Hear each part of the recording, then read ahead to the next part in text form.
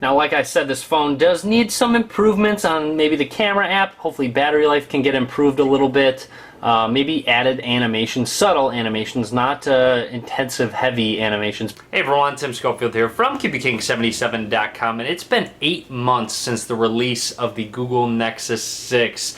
And I want to go ahead and revisit it and give you guys some thoughts on it, especially with the upcoming release of a new Nexus device, probably somewhere early November if I had to guess. And if you remember my review video, I had talked about some problems with the device when it initially came out with the camera, battery life, things that I said might be able to be fixed with the software update. And let's go ahead and take a look and see if some of these were fixed and how good the Nexus 6 actually is right now.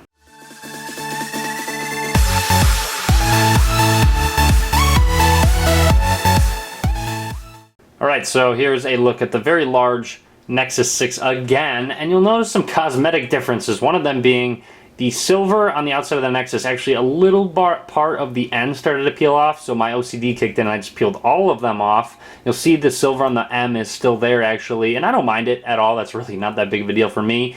And overall, it's in very good shape still, and I know I've dropped it a couple times, and still absolutely no dents, scratches, anything like that. The back does get a lot of oil and fingerprints on it, but that's not too big of a deal for me. One thing I love about it is actually the button placement on the right side with the volume and power button. It's honestly in just about the perfect spot for my thumb, and also if we take a close look, you'll see that the power button has a different texture than the volume rockers do, so it's easy to tell if your thumb is actually on the power button or the volume rockers. Now, I don't know if it's just me, but it kind of seems like the vibration motor has gotten a little worse over time and just super strong. So to demonstrate that, I sent myself a text message. Listen. Hopefully the camera at least picked up a little bit of that, but it's so strong. Honestly, it's way overpowered, and when you get a text message or a notification with that vibration motor on, everyone around you is basically going to know, hey, that guy just got a text message. Now, when it comes to these front-facing speakers, you get a little bit of dirt, but not nearly as much as I thought you would get in there. It's kind of, you really can't see it on the camera, but overall, they've been very good when listening to music. I thought one of them was going bad, and you might get an occasional crackle here and there, but overall, I realized that after extended use, it's not really going bad at all, and it still sounds very good. Somewhat related to those speakers, actually, is just a bug within Android, at least on stock Android. When you're listening to music or any audio and you rotate the device, it just kind of has a little gap in the audio, so let's see if I can demonstrate that.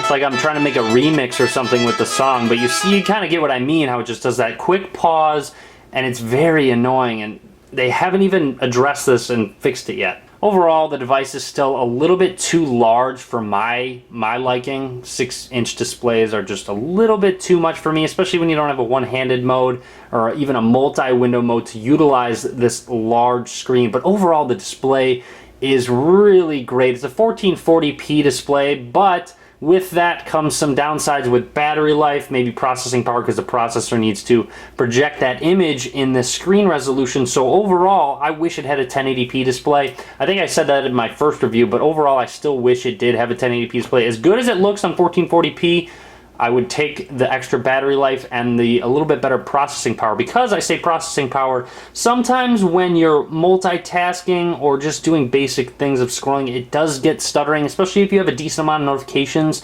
in your pull down bar. I mean, yeah, it's running fine now, but I don't have a lot of things running, and I don't have a lot of notifications. Obviously, I have none, but just overall, you might get an occasional stutter, but it did get a lot better in Android 5.1.1, that's for sure. So a software update definitely helped the fluidity of this device. Now, when it comes to battery life, it has a very, very big battery. It's a 3,220 milliamp hour battery, and with it, you would expect top of the line battery life, and you don't get it, unfortunately. Actually, I can't really show it to you right now, but because it died and I had to recharge it, but it doesn't get me through the full day, and screen on time has been so inconsistent. This says 3 hours 44 minutes, but I recharged it, so that's really nothing. Honestly, one time I got 4 hours screen on time throughout the day, and another time I only got 3 hours, so it's been very, very inconsistent. And honestly, it's pretty annoying because you run stock Android, you don't have any extra processes with TouchWiz or any overlays, and just battery life is just not that great. So I thought a software update might fix it, but it has not. Something else I wish they would add is a number row to the Google keyboard. Yes, you can add other keyboards that have a number row, but I really enjoy the correction and just how the Google keyboard works, so I wish they would just bump up a number row right there and just make it work better. Now let's go ahead and talk about the camera. I'm not a huge fan of the software on it, and honestly, when it comes down to it, you just don't want to use auto mode. So there's a picture with auto mode on. You want to use the HDR plus mode to get some software image processing going, which takes a little bit more time to actually take the picture and process it, as you saw right there, but it's not a crazy amount more time, and it just does a lot better because you'll see processing, so you got to wait for it. But when you have auto mode on, sometimes it gets overexposed in those bright lights, and then sometimes in dim situations it's not as good either. So overall, you got to use that HDR plus mode. But overall, I like the camera better now. I mean, after using it for a long time, it's still a very good camera. It's not the best on the market right now, don't get me wrong. Obviously, as I've said before, the Galaxy S6 is my favorite camera, but still, it takes very good shots. You'll see it still retains a lot of quality when zooming in.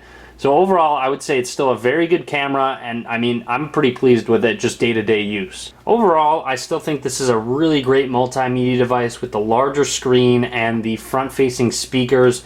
Honestly, it's more fluid than it was out of the box, just with that software update helping it, the 5.1.1 update, and squashing that memory bug leak. So things have gotten better through the software. However, there are some things, I mean, there are still little stutters here and there, but it's not completely bad. You'll see, pulling up just the recent apps, it works very fluid. It's a lot quicker, actually, when I press it and it actually comes up. There used to be a pause, and sometimes there's a pause, but like I said, it's very seldom and doesn't happen nearly as much as it used to. Alright, so just want to give some final thoughts after using the Nexus 6 as my daily driver for a good amount of time. Honestly, one of the best things about it is, yes, it's going to get the software updates first. So Android M is going to come to the Nexus 6. I might do a revisited then to see if a lot of these things even get fixed, but overall battery life's just way too inconsistent for me. And the software is clearly not optimized for the hardware. It has over 3,000 milliamp hour battery, and I'm struggling to get 4 hours screen on time, and that's just not acceptable. And honestly, the screen size is just a little bit too large for me. It's a little bulky in my pocket, just kind of using it. It's just a little bit too big, so overall I wish they would have made it a little bit smaller, but I know there's a market for it, so I kind of understand why they made it. So I'm looking forward to the next Nexus device, or devices, depending on, we'll see what Google has in store for us. So I would honestly hold off. If you're looking to buy a Nexus device, I would hold off and wait the few more months for the next one to be released and announced, just to see if it's actually going to be better. Hopefully they retain those front-facing speakers on the next one, and hopefully Android M optimizes their software and hardware, something that Apple does very well with their iPhones. They optimize the software and hardware. Google has yet to get that going with Android. So that's just my final thoughts. Maybe not final, actually, probably do a revisited once Android M comes on the Nexus 6. Hopefully you enjoyed this video. Might do other ones with other devices if you're interested in that. Click the thumbs up if you liked it. Subscribe to me as well. Thank you very much. And you can follow me on Facebook, Twitter, Google+, Instagram, Snapchat, and Periscope if you'd like to. All of the links in the description of the video below. And thanks very much for watching. Have a good day, everyone.